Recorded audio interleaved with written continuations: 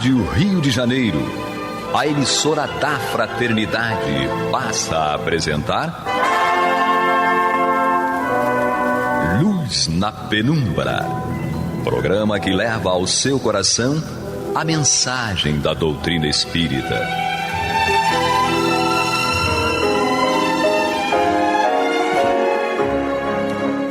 E com vocês, André Afonso Monteiro, para o estudo do livro A Gênese, da obra codificada por Allan Kardec. Olá, amigo ouvinte da Rádio Rio de Janeiro, a emissora da Fraternidade, a rádio que toda a família pode ouvir. Programa Luz na Penumbra, estudo da obra Gênese, comigo, aqui André Monteiro.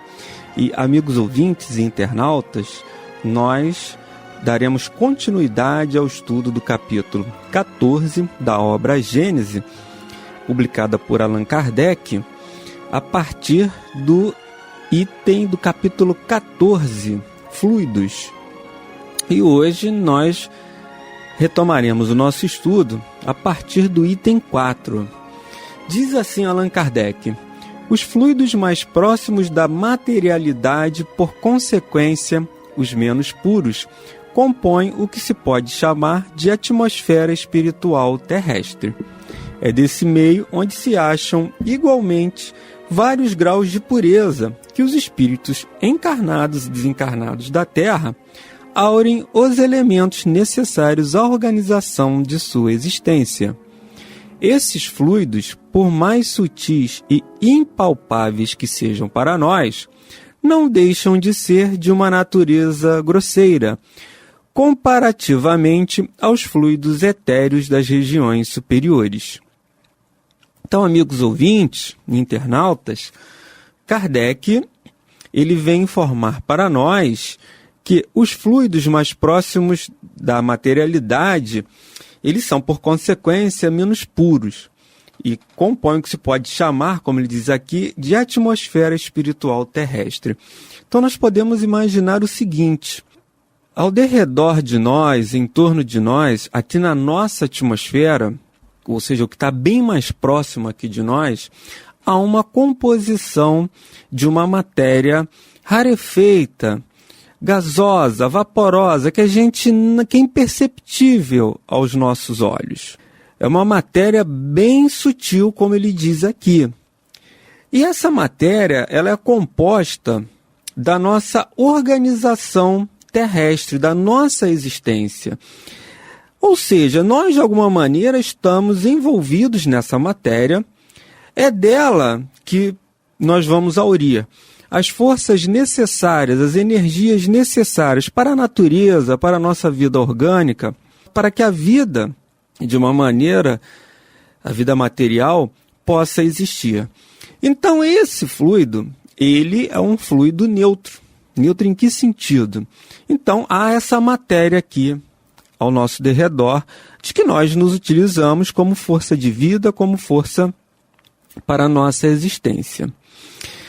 Acontece que, à medida que nós, pelos nossos pensamentos, pelo nosso comportamento, nós vamos dando certas particularidades a esse fluido. Muitas vezes, a gente sente que a nossa atmosfera está uma atmosfera carregada, densa. Será que esse fluido, de alguma maneira, ele pode, esse que está mais próximo de nós, tendo em vista a nossa vibração, os nossos pensamentos, a energia que nós estamos emanando, será que de alguma maneira nós podemos manipular, mesmo que de uma forma inconsciente, esse fluido? Kardec coloca aqui para nós: por mais sutis, impalpáveis que sejam para nós, não deixam de ser de uma natureza grosseira, comparativamente aos fluidos etéreos das regiões superiores. Então, esse fluido é um fluido mais materializado, tendo em vista ainda a nossa condição espiritual e a nossa condição de evolução espiritual.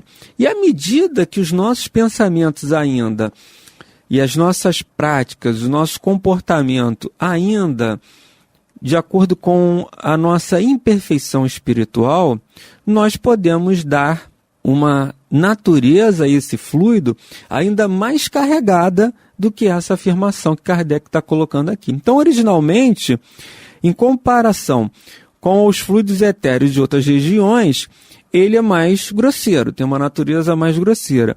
E na medida que nós, com os nossos pensamentos e as nossas práticas, contaminamos, por assim dizer, esse fluido, ele se torna ainda mais grosseiro e ainda mais pesado.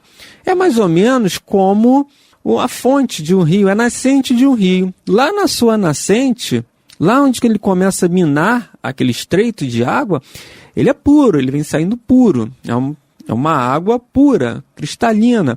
À medida que ele vai tendo contato com outros sujeitos da natureza e pela própria ação do homem, ele vai se poluindo, ele vai se contaminando. Então nós podemos ter essa comparação, assim, um pouco mais, uma comparação não tão perfeita, não uma comparação até pobre, mas é para a gente ter uma ideia. Então existe esse fluido que, de alguma maneira, ele é uma matéria densa, uma matéria mais grosseira em relação a outras regiões do mundo espiritual. Mas à medida que nós vamos entrando em contato, que a gente vai com as nossas vivências, com as nossas práticas e principalmente os nossos pensamentos, a gente vai transformando, a gente vai influenciando e contaminando a composição, a natureza desse fluido. No rio funciona mais ou menos da mesma maneira. À medida que esse rio nasce, que ele vai se transformando ali em córrego, no rio, ele vai sofrendo o contato com os demais itens da natureza e também, principalmente, com o homem. E se o homem despeja ali detritos, ele vai contaminando aquela água que lá na sua nascente era pura. Da mesma forma, os fluidos. Por isso que muitas vezes, e a gente até, os espíritos já nos informaram sobre isso, muitas vezes o mundo espiritual precisa fazer uma limpeza. Talvez a gente coloca assim, né, como se fosse uma renovação daqueles fluidos, tendo em vista a quantidade de detritos mentais que nós lançamos na nossa atmosfera. Então, pensamentos negativos, pensamentos ruins, de coisas que não são boas, que não são salutares, e palavras, ações também, é como se nós fôssemos jogando detritos na nossa atmosfera. Da mesma forma que muitas vezes nós jogamos detritos, lixo, contaminando esgoto nos nossos rios, os nossos pensamentos negativos também funcionam como se assim fosse. Lixos, detritos e esgoto na nossa atmosfera fluídica, no nosso ambiente, da nossa existência, da nossa atmosfera. Então, Kardec continua aqui. O mesmo ocorre na superfície de todos os mundos. Salvo as diferenças de constituição e as condições de vitalidade próprias a cada um. Quanto menos material for a vida neles, menos afinidades terão os fluidos espirituais com a matéria propriamente dita. Então aqui, Kardec informa que da mesma forma isso acontece nos outros mundos, salvo algumas diferenças de constituição e a própria vida ali de cada um. Então, quanto mais evoluído o mundo, menor é a densidade desse fluido e da própria matéria da existência. Ou seja, nós ainda temos uma necessidade, temos uma vida ainda muito materialista. Materialista no sentido não é simplesmente das coisas materiais, mas de posse, de propriedade, não é essa comparação que ele está fazendo, não é essa a condição. Mas materialista no sentido ainda de darmos tendo em vista a nossa imperfeição, a gente ainda tem uma composição do nosso organismo e também da própria matéria que nos serve aqui nesse mundo mais pesada, mais densa. Então, nos mundos mais elevados, o próprio corpo físico e a própria organização material é mais leve, é mais densa, porque aqueles espíritos que ali residem nesses mundos mais evoluídos já atingiram uma condição evolutiva que torna a vida material e a composição material não tão pesada para eles, e a necessidade dessa organização material tem que ser mais leve, tendo em vista essa condição que eles conseguiram atingir. Mas, amigos ouvintes, vocês estão aqui comigo, André Monteiro, ouvindo o programa Luz na Penumbra, estudo da obra Gênese, dando continuidade aqui ao capítulo 14, os fluidos. Então, continua Kardec. A classificação de fluidos espirituais não é rigorosamente exata, uma vez que, definitivamente, eles são sempre matéria mais ou menos quintessenciada. De espiritual, realmente, só a alma, ou princípio inteligente. Essa denominação é adotada apenas por comparação e, sobretudo, pela afinidade que esses fluidos têm com os espíritos. Pode-se dizer que são a matéria do mundo espiritual, razão pela qual são chamados fluidos espirituais. Então aqui, amigos ouvintes, Kardec ele faz uma distinção. A gente chama de fluido espiritual por uma questão assim semântica, etimológica, ou seja, é para a gente dar uma classificação a nível de palavras para esse fluido, para distingui-lo dos demais fluidos. São fluidos que têm aquela origem do mundo espiritual. Mas tudo, na verdade, tem origem no mundo espiritual. Então ele está falando de um fluido, de uma matéria mais quintessenciada, mais rarefeita, ou seja, mais leve, menos densa, menos grosseira.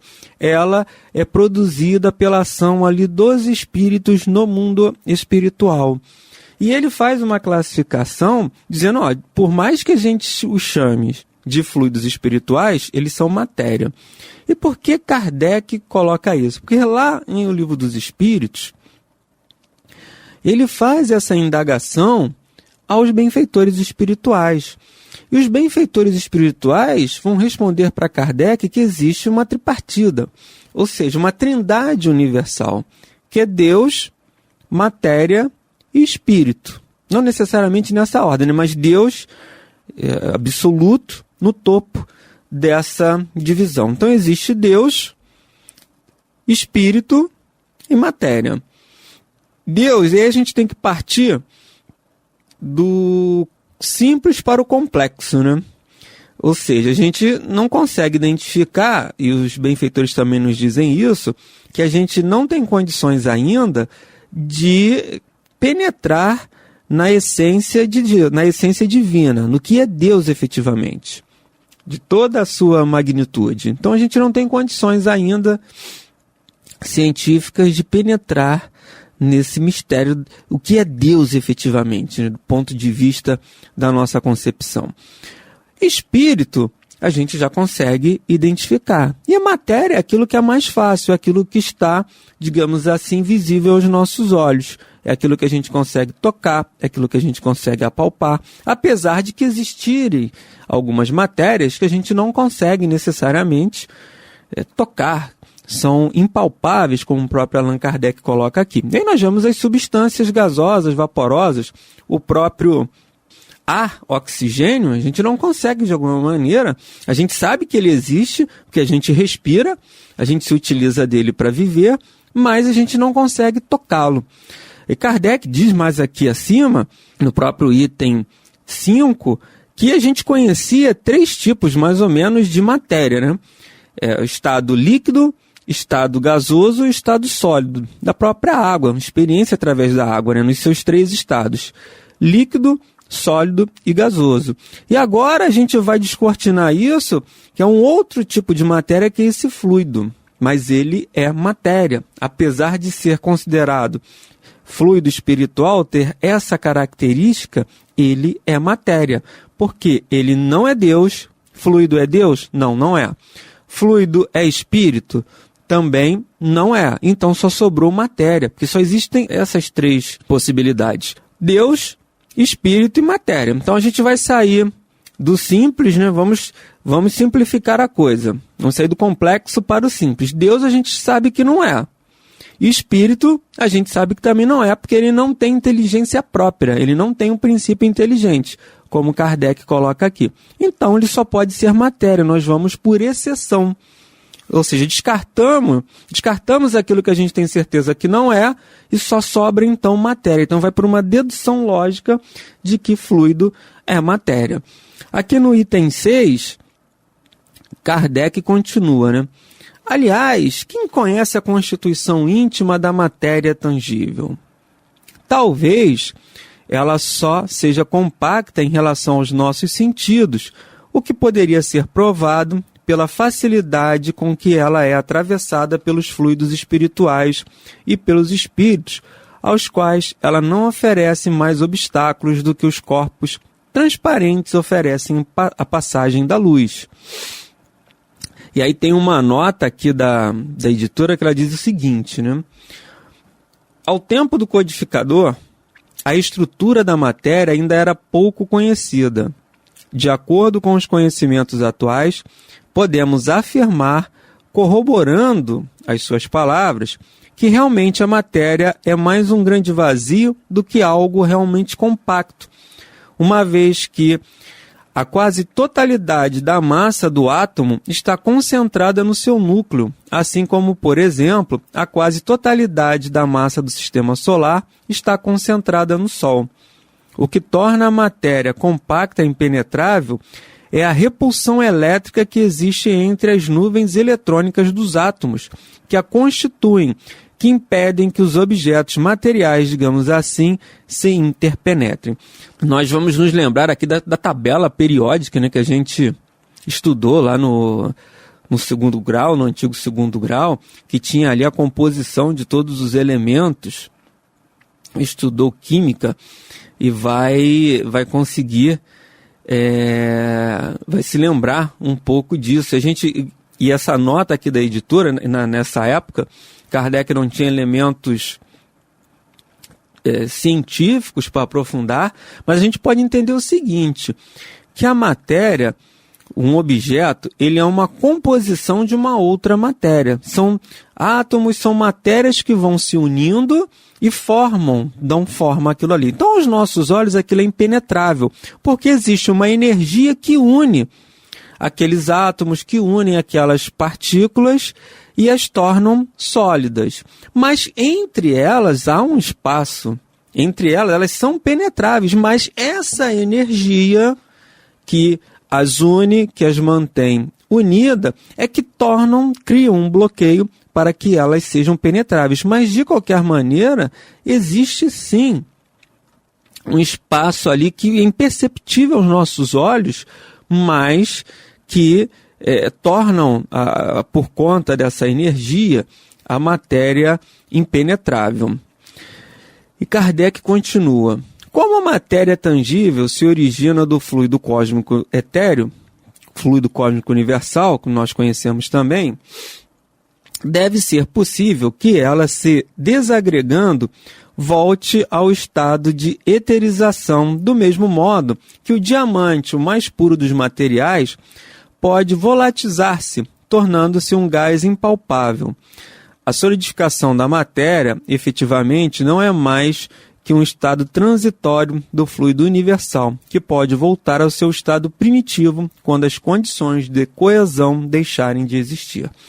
Então, Kardec está fazendo uma colocação aqui em que, uma vez desagregada a matéria, e aí a gente tem que fazer uma pequena comparação entre desagregação e desmaterialização.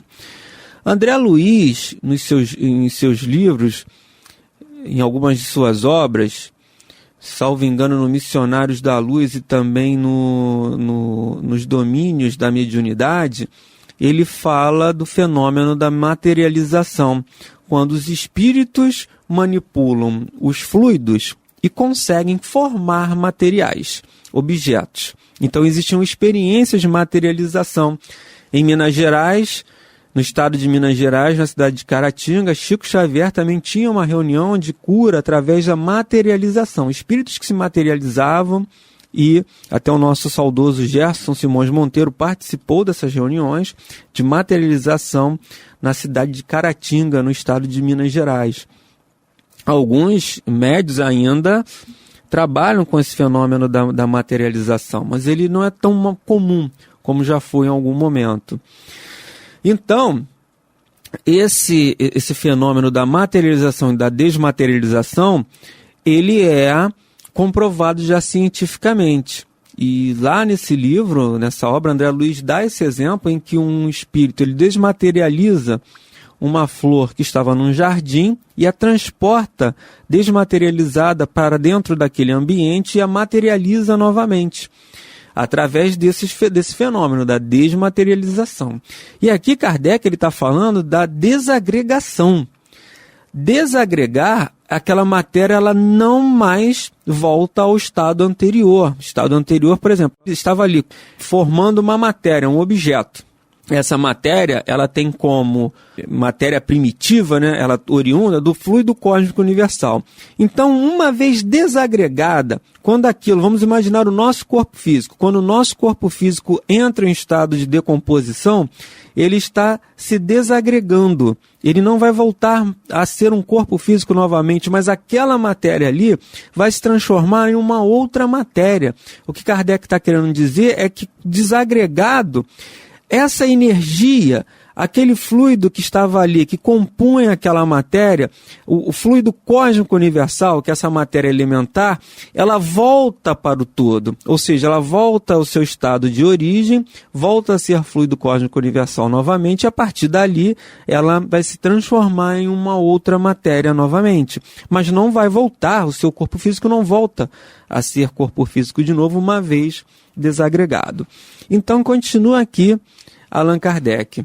Quem sabe mesmo se, no estado de tangibilidade, a matéria não é suscetível de adquirir uma espécie de eterização, que lhe daria propriedades, particularidades. Certos fenômenos que parecem autênticos tenderiam a fazer supor que sim. Conhecemos apenas as fronteiras do mundo invisível, mas o futuro sem dúvida nos reserva o conhecimento de novas leis que permitirão compreender o que para nós ainda é um mistério.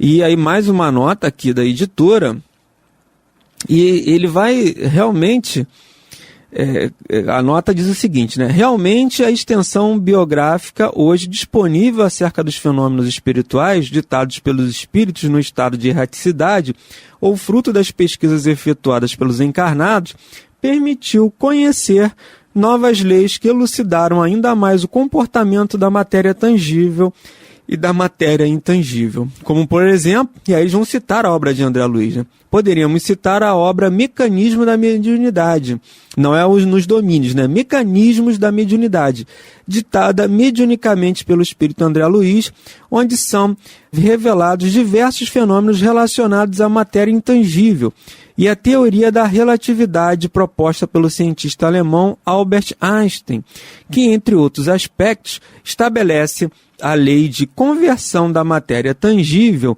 em energia e vice-versa. Na famosa equação E igual a mc3, onde E é energia, m é a massa do corpo e c é a velocidade da luz. Então aqui a própria editora, ela traz esse fenômeno, ela informa que Kardec realmente já coloca a partir de que a ciência for avançando, isso vai deixar de ser para nós um mistério. Mas, amigos ouvintes, nós chegamos ao final do nosso programa, desejando a todos muita paz em seus corações e até a próxima semana, se Deus quiser. Você está ouvindo o programa Luz na Penumbra.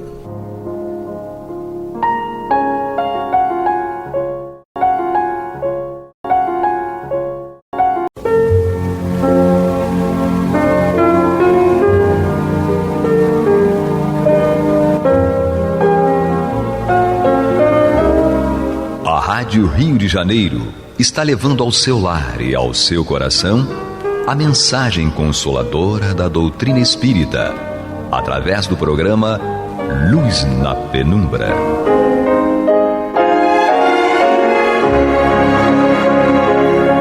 E agora com vocês, Nádia do Couto Vale, para comentar o céu e inferno ou a justiça divina segundo o Espiritismo, da obra codificada por Allan Kardec. Amados ouvintes, paz e luz às nossas mentes e corações, hoje e sempre. Estamos hoje recebendo o nosso querido irmão, companheiro, não só aqui na rádio, mas de Ideal Espírita, o nosso querido João Nogueira, um estudioso da doutrina espírita, que veio aqui partilhar generosamente o seu estudo, o seu conhecimento conosco, estamos estudando agora o capítulo 10º da primeira parte desta obra, O Céu e o Inferno, ou A Justiça Divina segundo o Espiritismo, um capítulo no qual o nosso querido codificador Allan Kardec trata da intervenção dos demônios nas manifestações, nas modernas manifestações. E nós já estamos no item 9, que já terminamos esse estudo do item 9, e passamos agora para o item 10, repetindo, primeira parte, capítulo 10º, item 10. Então vamos lá, João? Vamos sim. Obrigado outra vez, por estar conosco aqui. Eu sempre agradeço, porque é uma honra. Aliás, primeira vez, né? Esses programas de março agora, primeira vez que nós estamos fazendo programa juntos aqui no Luz na Penumbra. No Luz na Penumbra, é. Você sabe que quando se pensou alterar a sistemática dinâmica do Luz na Penumbra, alguns companheiros optaram por fazer uma dupla permanente, mas eu pensei, pensando bem grande, né? Aí eu pensei, eu posso, então, convidar vários companheiros para nós estudarmos juntos, com vários corações, com várias perspectivas, né? Com várias sensações do livro, vários sentimentos em relação ao livro. E eu acho que está dando muito certo. Viu? Você no último programa, Nádia, termina dizendo exatamente daquela questão de você ler o mesmo texto. Sim. E de óticas diferentes. Nós mudamos, quando nós lemos o mesmo trecho, o mesmo livro, um ano depois, nós interpretamos de forma diferente. Porque nós estamos diferentes. Imagina pessoas diferentes fazendo isso. Eu acho que traz a você, amigo e amiga ouvinte, a você, amigo e amiga internauta, traz um outro colorido, né? Uma outra dinâmica mesmo. Verdade. Para esse estudo. Então vamos ver aqui o que diz Kardec. Vamos ver o item 10. Isso. Capítulo 10, primeira Capítulo parte. 10. Eis o que diz o Espiritismo a esse respeito. Continuando Kardec. Não há nenhum meio de se constranger um espírito a nos atender contra a sua vontade. Se ele vos iguala ou vos é superior em moralidade, não tendes nenhuma autoridade sobre ele. Se vos é inferior, só podeis agir sobre ele se for para o seu bem, porque nesse caso outros espíritos vos ajudam. E Kardec aqui lembra, chama a atenção do Livro dos Médiuns no capítulo 25. E nós podemos dizer... Ele trata disso, né? O livro disso, dos Médiuns trata exatamente desta questão lá no capítulo 25. Exatamente. O que Kardec está nos mostrando aqui, nos revelando, na verdade, é que nós estamos, como diz Paulo de Tarso, lá na Epístola aos Hebreus, capítulo 12, primeiro versículo, nós estamos rodeados de uma tão grande nuvem de testemunhas.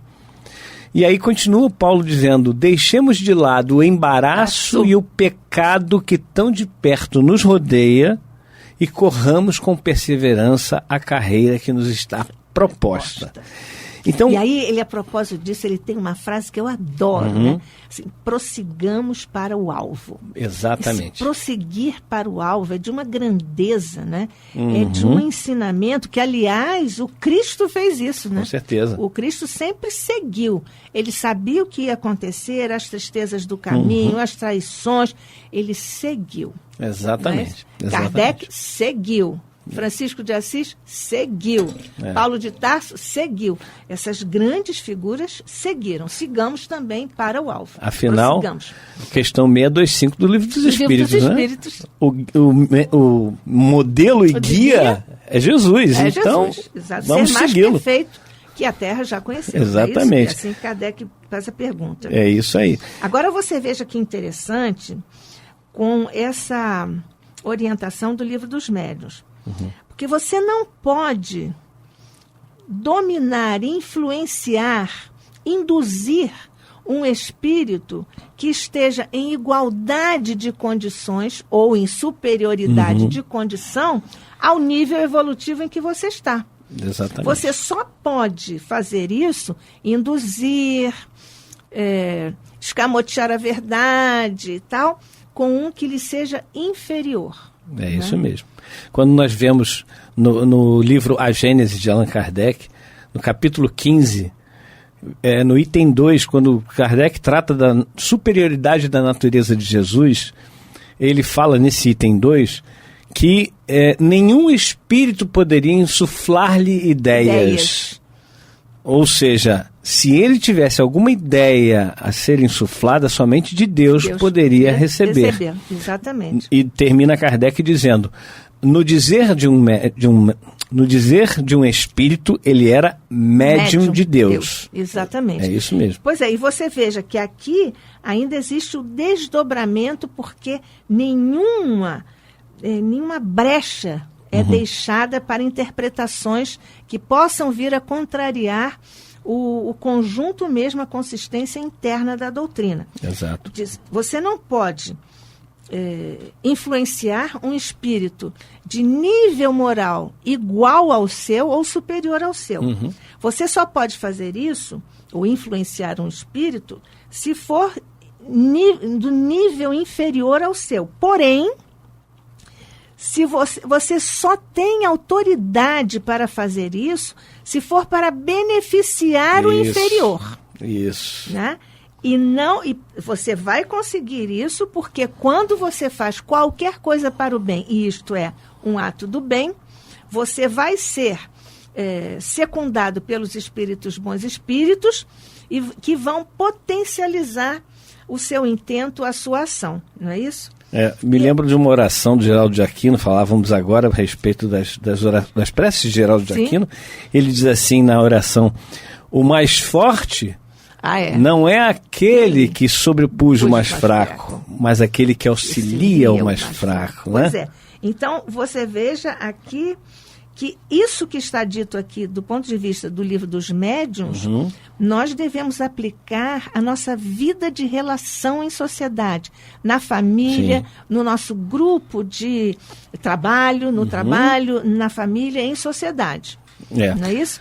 Nós só devemos lidar com o inferior para sugerir-lhe alguma coisa, se isso for para benefício daquele que ou sabe menos do que nós, ou que está mesmo moralmente mais complicado do que nós perante a lei. Nós só temos essa autorização moral quando for para beneficiar o outro. E nós, infelizmente, fazemos o contrário. Exatamente, né? de modo geral. Eu me lembro de Jesus dizendo que ele não veio para os sãos, ele veio para os doentes. Então, como nós todos somos doentes ainda, nós ainda não nos curamos moralmente falando, nós precisamos olhar para aqueles menores dos nossos irmãos, e Jesus também fala a respeito disso, né? Naquela separação dos bodes das ovelhas. Sim. Né? Onde ele diz, tive fome, me deste de comer. Tive sede, frio, estava preso, enfermo, e me atendeste. Quando, Senhor, te vimos nessa condição e te atendemos? Sempre que fizestes isto a um dos menores dos meus irmãos, a mim fazias. E aí ele faz o contrário. Tive fome, tive sede, estava nu, preso, enfermo e não foste me assistir. Quando é que fizemos isto, Senhor? Quando é que não te assistimos? Sempre quando não fizestes isto a um dos menores dos meus irmãos. Então olha, Jesus ainda lança uma figura bem forte, que era melhor se lhe pusesse uma pedra de moinho no pescoço e lhe atirasse no fundo do mar. Olha só a gravidade que é fazer mal àqueles espíritos que são inferiores em intelectualidade e moralidade do que nós. Perfeito. E a gente precisa ter esse cuidado. Como a Nádia lembrou, não é somente aos espíritos desencarnados. O dia que nós entendermos que somos todos espíritos, e nós precisamos fazer para os desencarnados e para os encarnados da mesma forma. Em todas as situações. E aí nós vamos realmente estar um passo à frente. Pois é. A próxima próximo parágrafo, ideia, né, que é um parágrafo, né, que o Kardec destaca, também está no Livro dos Médiuns, na segunda parte, também no capítulo 25. Ele diz: a mais essencial de todas as disposições para evocar é o recolhimento. Quando desejarmos tratar com espíritos sérios, com a fé e o desejo do bem, mais aptos nos tornamos para evocar espíritos superiores. Elevando nossa alma por alguns instantes de concentração no momento de evocá-los, identificamo-nos com os bons espíritos, predispondo a sua vinda. Isso. Novamente, só reforçando. A lei de sintonia. Exatamente. De vibração e sintonia. É isso. E como Kardec diz, nós devemos nos concentrar. Mas nos concentrar de que forma? A gente vê muito nos centros espíritas também, o silêncio é uma prece. Nem sempre. Nem sempre. Eu posso estar em silêncio pensando um monte de besteira. Mentalmente não está em silêncio. Não está em silêncio. Está falando consigo mesmo. Exato. Ou até com os outros com os quais já buscou sintonia. É isso. E quando nós queremos realmente sintonizar com espíritos superiores, naquele momento que você vai fazer uma prece, por exemplo.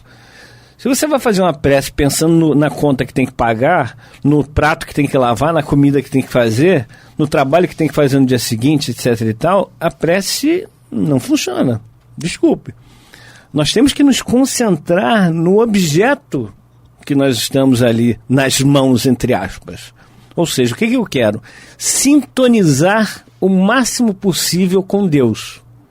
Para eu sintonizar com Deus, com Jesus, com os bons espíritos, eu preciso estar ligado naquilo que eles pensariam. Tem uma frase muito interessante que é: em meus passos o que faria Jesus? Isso é lindo. Pois é, porque eu preciso entender o que Jesus faria no meu lugar se estivesse passando por essa situação. Exatamente. Quando Jesus fala: tudo aquilo que pedirdes ao Pai em meu nome, Ele atenderá. Aí as pessoas falam assim: ah, Deus, em nome de Jesus, me dá um carro novo. Não é assim. Pedir em nome de Jesus é pedir o que Jesus pediria. E não o que eu quero em nome de Jesus. Exatamente, que ele nos ensinou a pedir. E a doutrina espírita também nos ensina a pedir. Capítulo 28 do Evangelho segundo o Espiritismo. Exatamente. Nós estamos aqui no programa Luz na Penumbra, na Rádio Rio de Janeiro, a emissora da Fraternidade. Estudamos hoje aqui com o João Nogueira, eu sou Nádia do Couto Vale, estudando o céu e o inferno, ou a justiça divina, segundo o Espiritismo. Estamos no item 10, do capítulo 10, da primeira parte desta obra.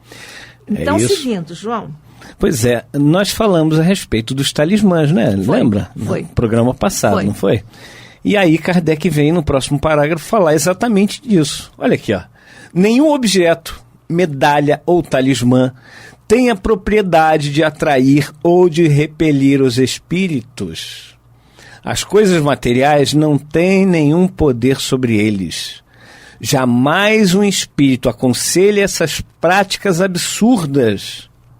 A virtude dos talismãs nunca existiu, a não ser na imaginação das pessoas crédulas. O Livro dos Médiuns, capítulo 25 também.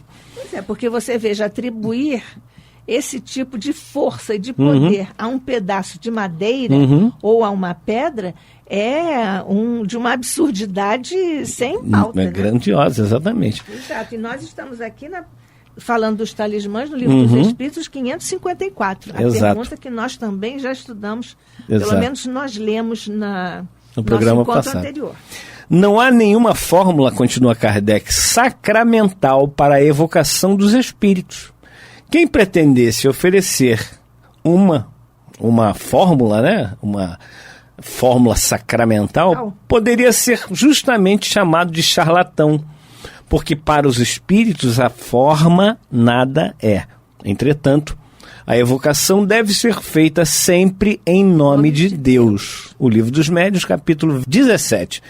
E aí me lembro de uma epístola de João, o evangelista, onde ele diz o seguinte: filhinhos, que lindo, não né? creiais em todo espírito, mas naquele que provém de Deus. E aquele que provém de Deus, ele confessa que Jesus Cristo veio em carne. Exatamente. Também no livro Cristianismo e Espiritismo, do Leon Denis... que meu Pois querido. Pois é. Ele traz uma obra do Hermas, que era discípulo de Paulo de Tarso, que narra nessa obra uma reunião mediúnica na época de Paulo de Tarso. Olha só que coisa, no primeiro século. Fantástico, né? Pois é. Já havia reunião mediúnica, Nádia? Claro. Sempre as houve. E olha o que Hermas fala. Ele diz o seguinte: quando nós chamamos um espírito, nós verificamos se ele provém de Deus ou não. O espírito que provém de Deus, ele é calmo, tranquilo, fala coisas boas, positivas para que todos sigam. Já o espírito que não provém de Deus vem com arrogância, vem com petulância e traz uma discórdia entre todos que ali estão. Olha só a narrativa de uma evocação na época das catacumbas, que era como os cristãos, né? Na verdade, os homens do caminho, antes de ser... reuniam lá. Exatamente isso. Pode dar continuidade aqui, Nádia? Sim, claro, vamos em frente. Vamos lá.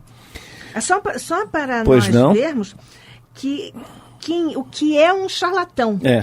Né? Está aqui configurado o perfil do charlatão.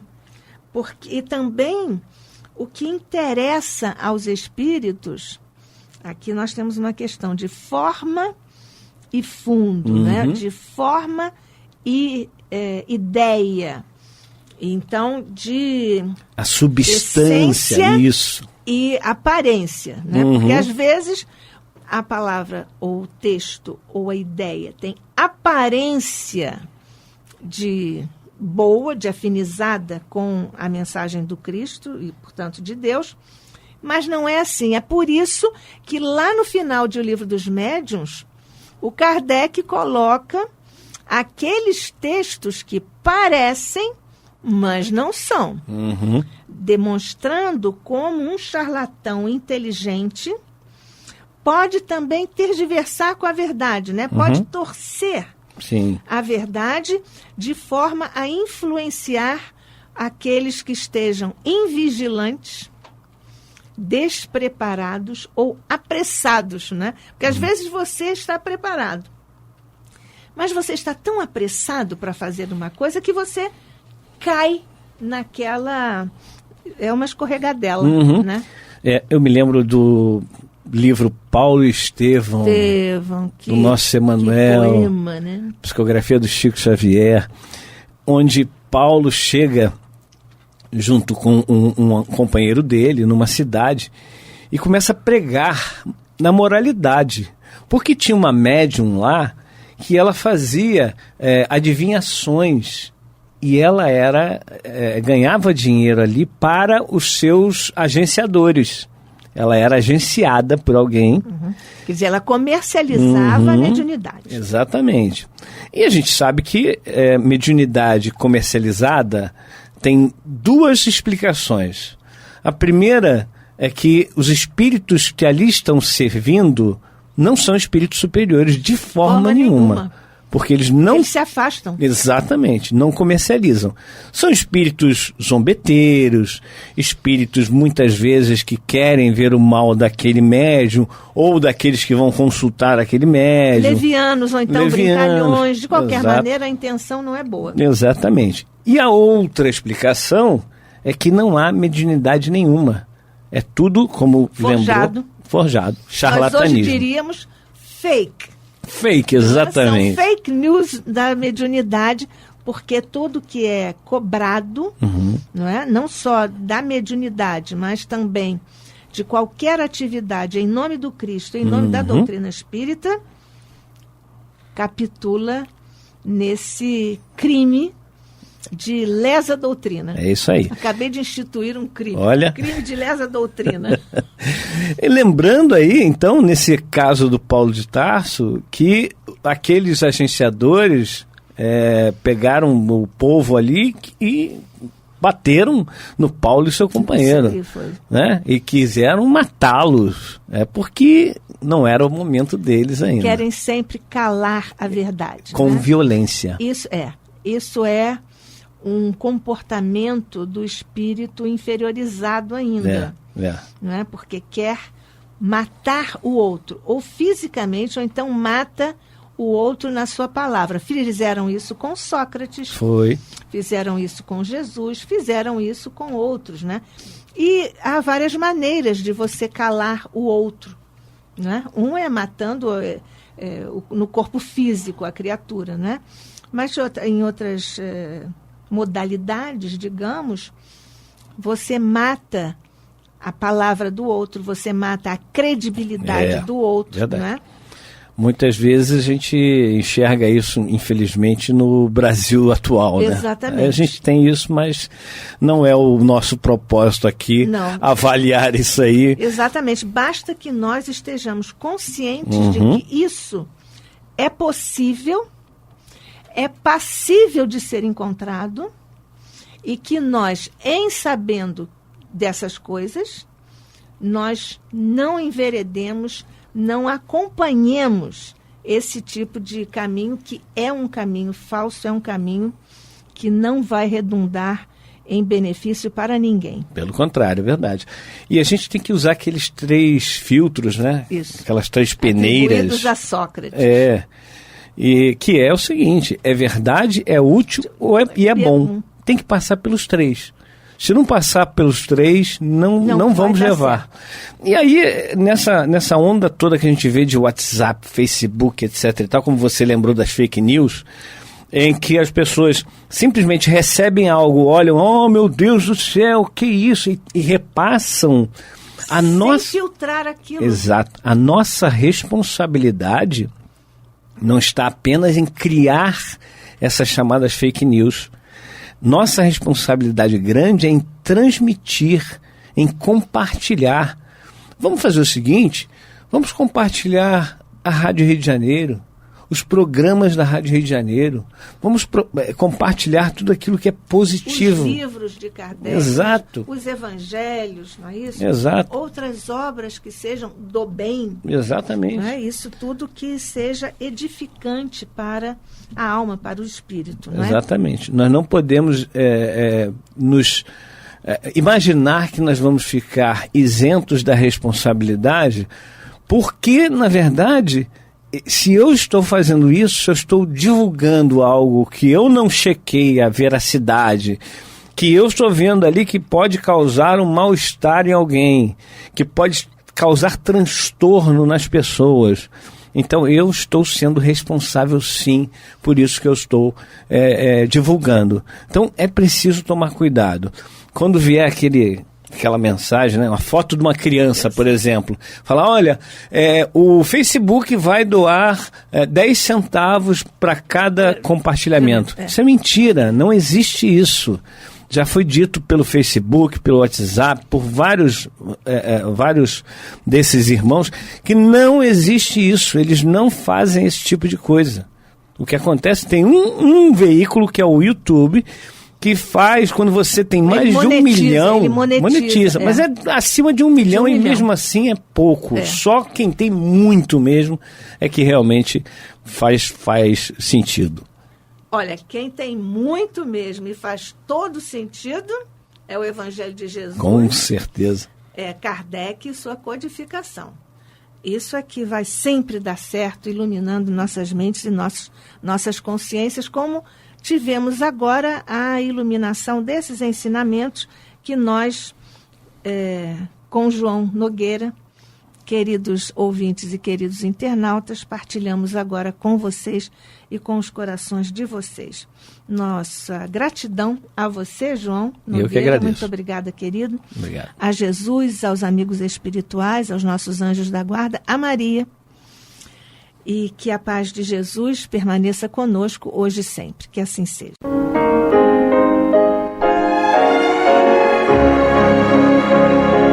E vamos ouvir agora a prece de encerramento de nosso programa, na voz de Geraldo de Aquino.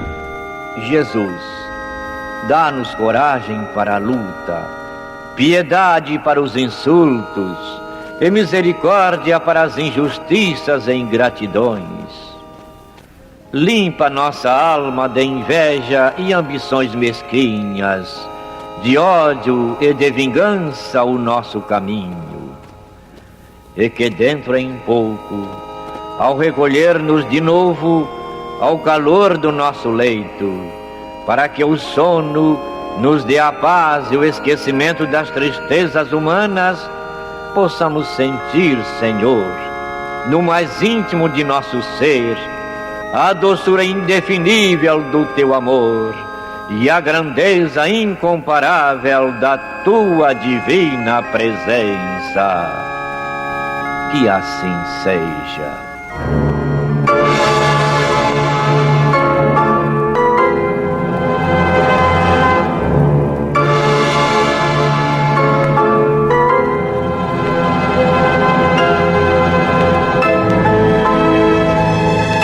Acabamos de apresentar o programa Luz na Penumbra, que voltará a ser apresentado amanhã às 21 horas nesta emissora.